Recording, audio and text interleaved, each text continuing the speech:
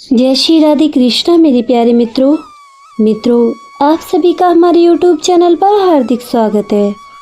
मित्रों, आज की वीडियो में हम बात करेंगे द्रौपदी और कर्ण के बारे में। आखिर क्यों द्रौपदी ने कर्ण के स्वयंवर में उसे ठुकरा दिया।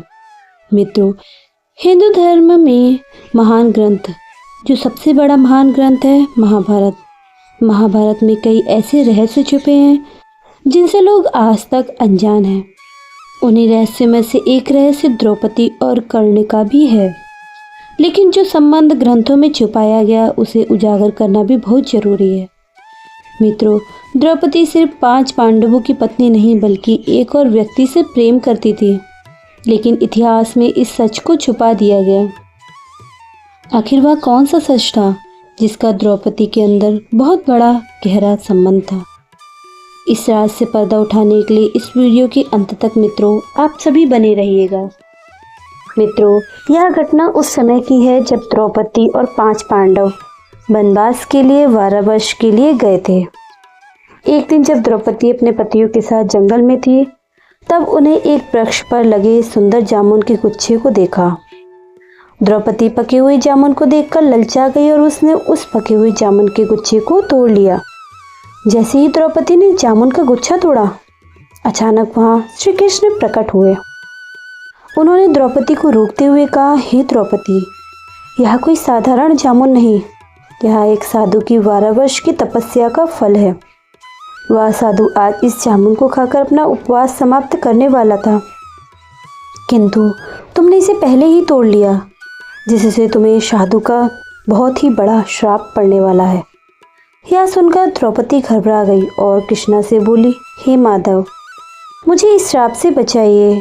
श्री कृष्ण ने गंभीर स्वर में कहा, इसका केवल एक ही उपाय है।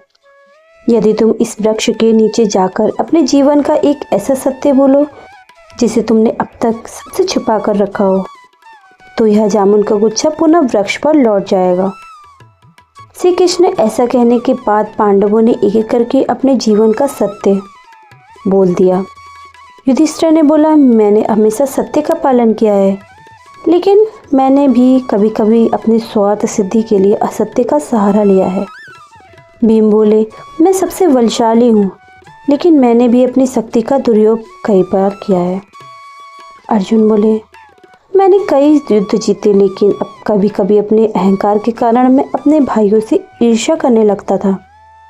नकुल और सहदेव ने कहा, हमने हमेशा अपने बड़े भाइयों की सेवा की, लेकिन कभी कभी हमने भी अपने मन में अहंकार पाला है। लेकिन जब द्रौपदी की बारी आई तो उसने सर झुका लिया। उसने धीरे धीरे स्वर में कहा, कृष्ण, हे माधव, मेरे 5 पति मेरे 5 इंद्रियों के समान हैं, लेकिन इतना शिक्षित और समझदार होने के बावजूद मेरे मन में एक ऐसा प्रेम था जिसे मैंने हमेशा अपने पतियों से छुपा कर रखा।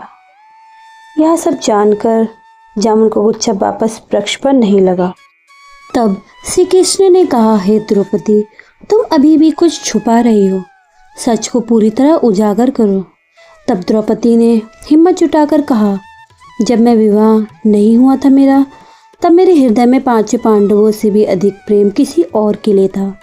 वह पुरुष कोई और नहीं बल्कि अंगराज कर्ण था। यह सुनकर 5 पांडव चकित रह गए। भीम, नकुल और सहदेव आश्चर्य में पड़ गए, जबकि अर्जुन की आंखें आशंका और क्रोध से भर उठी। द्रौपदी ने आगे कहा, मैंने केवल कर्ण से सूत पुत्र होने के कारण ही उनसे विवाह नहीं किया।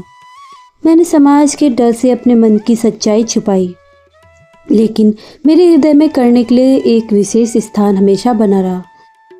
यह सुनते ही श्री कृष्ण मुस्कुराए और वृक्ष की ओर इशारा किया और आश्चर्यजनक रूप से वृक्ष पर जामुन का गुच्छा तुरंत वापस लग गया। यही कारण था कि जब द्रौपदी स्वर्गारोहण की यात्रा के लिए निकली तो युधिष्ठिर ने स्पष्ट रूप से उनसे कहा कि अपने हृदय में जो जितने भी सत्य तुमने छुपा कर रखे हैं उसे निकाल दो। मित्रों, यह कथा हमें यह सिखाती है कि मनुष्य अपने जीवन में सत्य को जितना भी छुपा ले, अंत में सत्य उजागर हो ही जाता है। द्रौपदी का जीवन केवल प्रेम और विवाह तक सीमित नहीं था।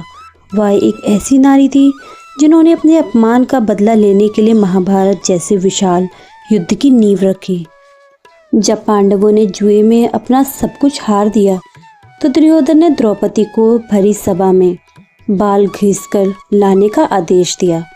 यह वह क्षण था जब द्रौपदी का अपमान चरम सीमा पर पहुंच गया था। दुर्योधन और दुशासन ने उसके चीरहरण को खींचने की जरूरत करी, अर्थात उनको अंग वस्त्र विदा वस्त्र के करने की कोशिश करी, लेकिन भगवान श्री कृष्ण की कृपा से उनका चीर अनंत हो गया। इस अपमान ने द्रौपदी के हृदय में प्रतिशोध की आग जला दी। उन्होंने प्रतिज्ञा ली कि वह दुशासन के रक्त से अपने बालों को धोएंगी और कौरवों का नाश कराएंगी। इस घटना के बाद द्रौपदी ने पांडवों को प्रेरित किया कि वे कौरवों के खिलाफ युद्ध करें, लेकिन इस अपमान के बीच द्रौपदी के मन में कर्ण के प्रति एक कोमल भाव भी रहा। वह जानती थी कि कर्ण कौरवों के पक्ष में है और युद्ध में उनका सामना पांडवों से होगा। यह विचार उनके लिए पीड़ादायक था। महाभारत के युद्ध में जब कर्ण और अर्जुन का अंतिम युद्ध हुआ तो द्रौपदी दूर से यह सब देख रही थी। जब अर्जुन ने कर्ण का वध किया तो द्रौपदी के हृदय में एक अजीब सी पीड़ा उठी। वह जानती थी कि कर्ण कोई साधारण योद्धा नहीं, वह पांडवों के अज्ञात भाई हैं और उनके प्रति द्रौपदी का प्रेम अब भी जीवित था। यह प्रेम तब शुरू हुआ जब द्रौपदी ने कर्ण को स्वयंवर से पहले एक युद्ध में देखा था। कर्ण की धनुर्विद्या, उनकी आंखों में जलता आत्मविश्वास द्रौपदी को आकर्षित कर रहा था, लेकिन समाज की रूढ़ियों और कर्ण के सूतपुत्र होने के कारण द्रौपदी ने अपने मन की बात बता दी। स्वयंवर में जब कर्ण ने धनुष उठाया तो द्रौपदी का मन एक पल के लिए डोल गया, लेकिन राजा द्रुपद की योजना और सामाजिक दबाव के कारण द्रौपदी ने कर्ण से विवाह करने के लिए मना कर दिया। यह निर्णय उनके लिए आसान नहीं था। उनके मन में कई एक ऐसे सवाल चल रहे थे कि उसका जवाब उनके पास नहीं था। उनके मन में कर्ण के लिए एक विशेष स्थान बन चुका था जो जीवन भर उनके साथ रहा। द्रौपदी और कर्ण का प्रेम एक ऐसी त्रासदी थी जो समाज की रूढ़ियों और नियमित अधूरी नियति के हाथों में रह गई, लेकिन यह प्रेम उनके हृदयों में हमेशा जीवित रहा। तो मित्रों, यह कथा हमें यह सिखाती है कि केवल प्रेम एक मिलन नहीं बल्कि एक त्याग और समर्पण भी है। तो मित्रों, यह थी आज की वीडियो। इस वीडियो पर आपकी क्या राय है हमें कमेंट बॉक्स में ज़रूर बताइएगा। वीडियो पसंद आई हो तो वीडियो को ज़्यादा से ज़्यादा शेयर करें और कमेंट बॉक्स में जय श्री राधे कृष्णा भी ज़रूर लिखें। चैनल पर नए आए हैं तो कृपया करके हमारे चैनल को भी सब्सक्राइब करके बेल आइकन बटन को ज़रूर दबा दें। मित्रों, अंत तक वीडियो देखने के लिए तहे दिल से आप सभी का धन्यवाद। राधे राधे।